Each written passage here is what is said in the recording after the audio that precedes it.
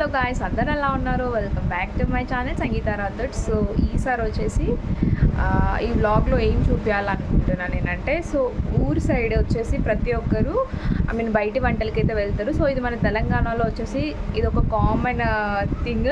So every year ఇది జరుగుతూ ఉంటుంది. జూన్ నుంచి ఆగస్ట్ మంత్లో అయితే ఇది జరుగుతూ ఉంటుంది అనమాట.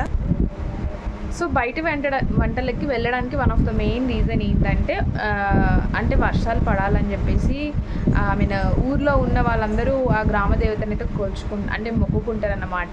సో మ్యాక్సిమము బయటి వంటలకి వెళ్ళి వచ్చిన ప్రతిసారి వర్షం పడడం అయితే నేను నా చిన్నప్పటి నుంచి గమనించుకుంటూ వస్తున్నా.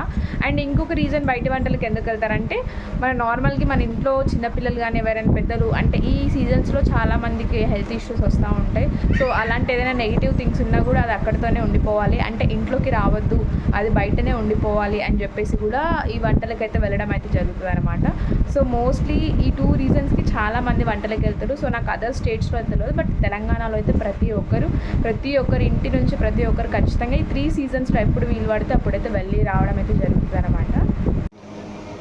సో ఊర్లలో బయట వంటలకి వెళ్ళేటప్పుడు ఇలా కావాల్సిన అన్ని గిన్నెలు ఏదైతే సామాగ్రి వండడానికి అయితే ఏది కావాలో వాటర్ ఎవ్రీథింగ్ ఇలా ఒక బేషన్లో వేసి ఇలా బొట్లు పెట్టయితే తీసుకొని వెళ్తాం అనమాట.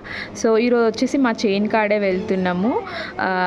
సో మా ఫ్యామిలీ వరకు తండ వరకు అంతా వచ్చేసి ఎవరి చేన్లలో వాళ్ళు కూర్చుంటున్నారు అనమాట ఈరోజు వంటలకి. సో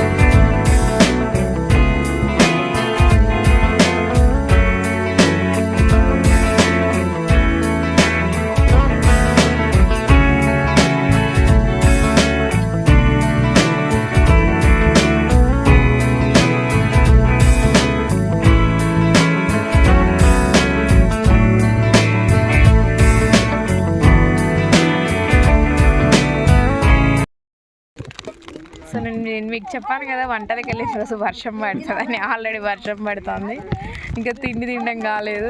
ఇలా కవర్ ఉంటే కవర్ కప్పేసుకొని కూర్చుంది. సో నార్మల్గా బయట వంటలకి వెళ్ళినప్పుడు ఇలా దొప్పలో కొంచెం అన్నము అండ్ కొంచెం చికెన్ వేసి చెట్ల దగ్గర పెడతాం అనమాట. సో అలా పెట్టిన తర్వాతనే మనం తినాలి.